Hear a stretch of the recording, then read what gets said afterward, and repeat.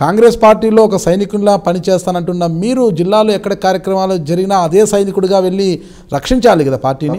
చేస్తామండి, ఎందుకు చేయము? ఇంతవరకు ఎందుకు చేయలేకపోతున్నారు? నేను చేస్తున్నాం కదా, నా కాన్స్టిట్యూన్సీ అంటే పటాన్ చెరువు దాటడం లేదు కదా మీరు? నా కాన్స్టిట్యూన్సీలో చేసుకుంటున్నా, వాస్తవం చెప్తున్నామండి. ఎందుకు చేస్తలేమంటే కూడా కొన్ని డిఫరెన్సెస్ ఉన్నాయి కదా. నాది అని హద్దులు గీసుకోవడం వల్ల పార్టీకి చేటు కదా. అదే హైకమెంట్ చేయాలి కదండి. ఇప్పుడు అన్న నేను ఒక చిన్న, ఇప్పుడు నా దగ్గర ఒక సర్పంచ్ ఉంటాడు, వాడు అలిగిండు అనుకో, నేను ఆయన ఇంటికి పోతా, ఎందుకు అలిగినవుతా మీ చెల్లెదారు అయిపోయిందమ్మా అని. అట్లా లీడర్షిప్ రావాలి. ఇప్పుడు పెద్దలు రాజశేఖర రెడ్డి గారు, జనార్దన్ రెడ్డి గారు, డిఎస్ గారు, వాళ్ళు కేవీపీ గారు, వీళ్ళంతా ఆ టైప్ లీడర్లు. ఇప్పుడు నందీశ్వర్ గౌడ్ 2 రోజులు కనిపించకపోతే ఫోన్ చేసేవాళ్ళు, ఎందుకు వస్తలేవు భయ అని. ఇప్పుడు అడిగేవారే లేరు. అట్లా ఉండదండి రాజకీయాల్లో. ఇప్పుడు మీరే ఉన్నారు సార్, మీరు నాగరాజు గారు, మీరు ఒక ఛానల్కు మీరు ఇంటర్వ్యూ తీసుకుని, మీ కిందోడు ఒక వారం రోజులు కనిపించలేదు, మీ కెమెరామెనే కనిపించలేదు అనుకోండి, మీరు ఫోన్ చేస్తారా లేదా?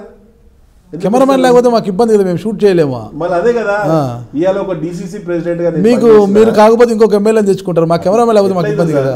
ఒక డీసీసీ ప్రెసిడెంట్ గా పనిచేసిన 30 సంవత్సరాల నుంచి నేను కాంగ్రెస్ పార్టీలో ఉన్నా. నేను కాంగ్రెస్ పార్టీ వదులుకుంటే నేను ఇవాళ ఎక్కడో ఉంటుంటే, అయినా నేను అది వదులుకొని కాంగ్రెస్ లో ఉన్నా. మీరు మాలాంటి వాళ్ళని గుర్తించకపోతే ఎట్లా కాంగ్రెస్ వస్తుంది? సార్ 2019 ఎన్నికల నాటికి కాంగ్రెస్ పార్టీలో అందరూ కూడా ఏకతాటికి పై వచ్చి రాష్ట్రంలో ప్రభుత్వాన్ని ఏర్పాటు చేస్తామని గట్టిగా చెప్పగలరా? నేను అనుకుంటున్నాను. బికాజ్ వాళ్ళు ఓడిపోవడానికి సిద్ధంగా ఉన్నారు, మేము గెలవడానికి ఇంకా సిద్ధం కాలేము. అవుతాం. టీఆర్ఎస్ పార్టీ వాళ్ళకు నెగిటివ్నెస్ స్టార్ట్ అయింది అనేది వాళ్ళకి తెలుసు.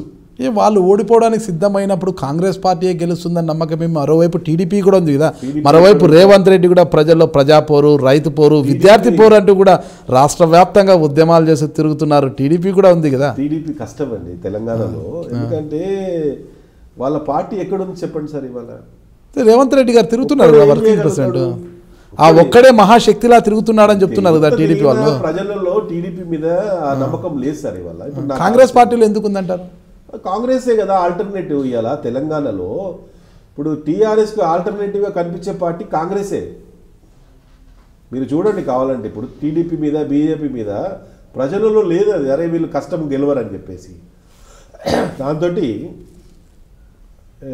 కాంగ్రెస్కే నెక్స్ట్ ఛాన్సెస్ ఉంటాయి. అంటే తెలంగాణలో బీసీలు రాష్ట్ర విభజన అనంతరం బీసీలు ఎక్కువగా తెలంగాణ వైపుకి వచ్చేశారు. బీసీల పార్టీగా పేరు తెచ్చుకున్న టీడీపీ పార్టీ మాది బీసీల పార్టీ అని పదే పదే చంద్రబాబు నాయుడు గారు చెప్తుంటారు కదా, మాది బీసీల పార్టీ అని. ఆ బీసీల మద్దతుతో 2019లో తెలుగుదేశం పార్టీ గెలవదంటారా? ఎక్కడ బీసీ పార్టీ సార్ లేరంటారా? బీసీ పార్టీ కాదంటారా? ఆయన చెప్పడం తప్ప చేసింది ఎక్కడ చెప్పండి మీరు. ఇప్పుడు ఆంధ్రలో ముఖ్యమంత్రి ఆయనే, పార్టీ ప్రెసిడెంట్ ఆయనే. ఓ బీసీకి ఇవ్వచ్చు కదా మళ్ళీ ఆడ. ఆంధ్రలో పార్టీ ప్రెసిడెంట్ ఆయన కాదే, వాళ్ళు ఎవరున్నారు సార్?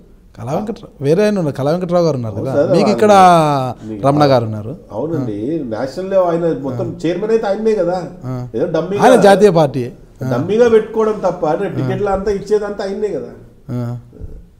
ఎక్కడ బీసీలకు చెప్పడం తప్ప అది వాళ్ళ దగ్గర. ఇంకా కాంగ్రెస్ లో ఉంది సార్ అది.